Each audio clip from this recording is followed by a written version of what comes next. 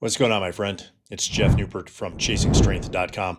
And in today's video, we are going to answer the question, building muscle, losing fat, or getting stronger, which is best for you? And you know what? It may not be what you think. So a little backstory here. When I was in my late teens and early 20s, which seems like just yesterday, but it wasn't, okay, I was obsessed with being big and strong. Now, the problem was I got kind of, how should we say it, thick in the process. In fact, I'll flash a picture up here of me. This is Christmas of 1993, age 20. And I was about 245 pounds or 111 kilos for my System International friends, okay?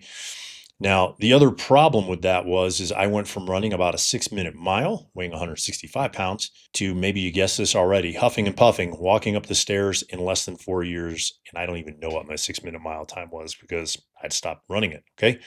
Similarly, as I film this video, America has gone from a 10% obesity rate to 40% obesity rate in the last 40 years alone. And collectively, about 50% of the world's population, just under 50%, is now considered overweight. Okay, so how do you reconcile being the big, strong guy in your mind with the current reality that your current size is or may not be all muscle, okay, as much as you'd like to think of yourself as the big guy, all right? So said another way, how do you peel off the unwanted body fat that is slowly strangling the life out of you while getting stronger or building muscle at the same time? Or both, right? Why can't you do both, build muscle and get stronger?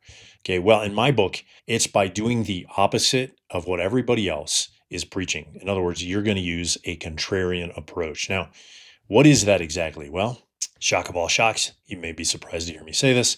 We are not actually going to focus on losing fat, okay? Or as we like to do around here, air quotes, losing fat, right? We are going to focus on getting instead of losing. So we're going to focus on getting more muscular. Why? Now, why is that? Simple. Your muscle is what's called your metabolic machinery. Now, what does that mean exactly? Well, here are 6 things that your muscle actually does for you, right? Think of muscle working on your behalf, okay?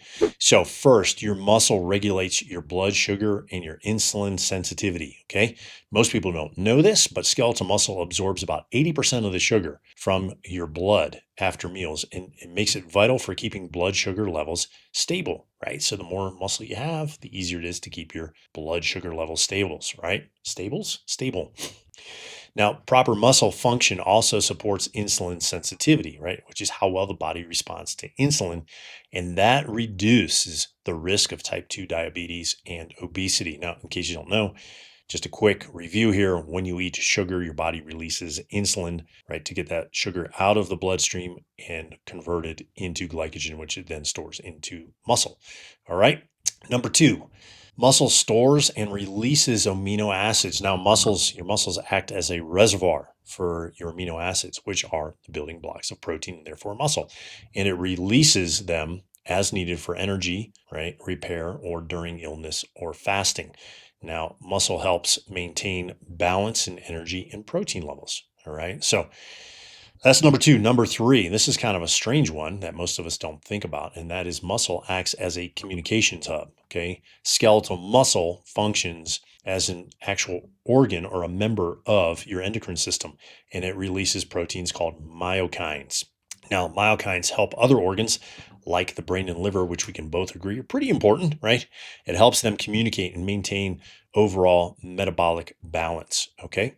Myokines also play a key role in preventing metabolic diseases. So the more muscle you have, the more potential myokines you have, the more you're going to be free from a diseased state. Okay. Number 4, muscle adapts to your energy needs, and that creates what's called metabolic flexibility. Now, muscles are supposed to efficiently switch between burning sugar or fat for fuel or energy, if you will, right? Depending on what your body needs at any given time. This flexibility is essential for energy efficiency. Now, impaired metabolic flexibility is linked to conditions like everybody's favorite type 2 diabetes. I say that obviously tongue in cheek. And muscle loss, which is also called sarcopenia. All right. Number 5, muscle actually follows daily rhythms. So your muscle metabolism is influenced by your body's internal clock, right? So your circadian rhythm, and it's aligning with eating and fasting cycles. All right. This synchronization ensures efficient energy use throughout your day, right? So the more muscle you have on your body, the less likely you are to experience blood sugar drops, that 2 p.m. in the afternoon energy crash, that sort of thing. All right. And finally, here is arguably one of the most important things for those of us over 40, 50, 60, and beyond. And this is how aging impacts your muscle. Okay. So what most people don't know is that aging leads to muscle loss, also called sarcopenia. We just covered that, right? And your body, if you do not actively work on building muscle and keeping muscle, your body will lose approximately 10% or one per decade of muscle mass, of your current muscle mass, which is about 1% a year. I even recently saw a statistic that put it as high as 3% per year, which is crazy to me. So I guess you'd really have to be in some kind of catabolic state. Okay. So if you do not actively train your muscle, you will lose it at a rate of 1% per year or 10% per decade. Okay. And that's super important because if you lose your muscle, you're going to reduce or lose your strength. And then that's going to lead to a slower metabolism. Okay. Also, the mitochondria, which are your energy producers inside your body cells, right? They will also decline. And as a result, or I don't want to say as a result, but also you'll see an increase in total body or systemic or chronic inflammation, whatever you want to call it. Okay. All of these changes, okay, they impact your aging because they weaken muscle function and they reduce your energy efficiency. In other words, your ability to to use calories, which is why a dude can be 160, graduate from high school and be lean, muscular, and strong and look like a V, right? You can have a V taper. And you fast forward 40, 50 years and he's in his late 50s, early 60s, maybe even late 60s.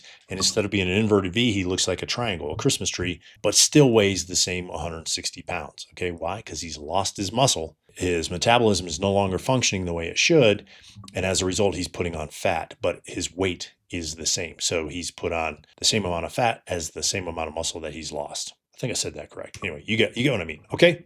So training to keep your muscle, all right, can combat and will combat these negative effects of aging, all right? And so you can maintain your strength at a bare minimum, and you can actually increase your strength as you age, all right, and protect your metabolic health. All right. So from all that, I think that we both can conclude that it just makes good sense that focusing on building, training, and maintaining proper muscle function is not just a way to age, right? Or a way to work out or a way to train, but the way, okay, to train, right? Not just to get stronger, but to right, get rid of unwanted body fat so that you fit in your clothes, have more confidence and regain the respect of your peers and your family members.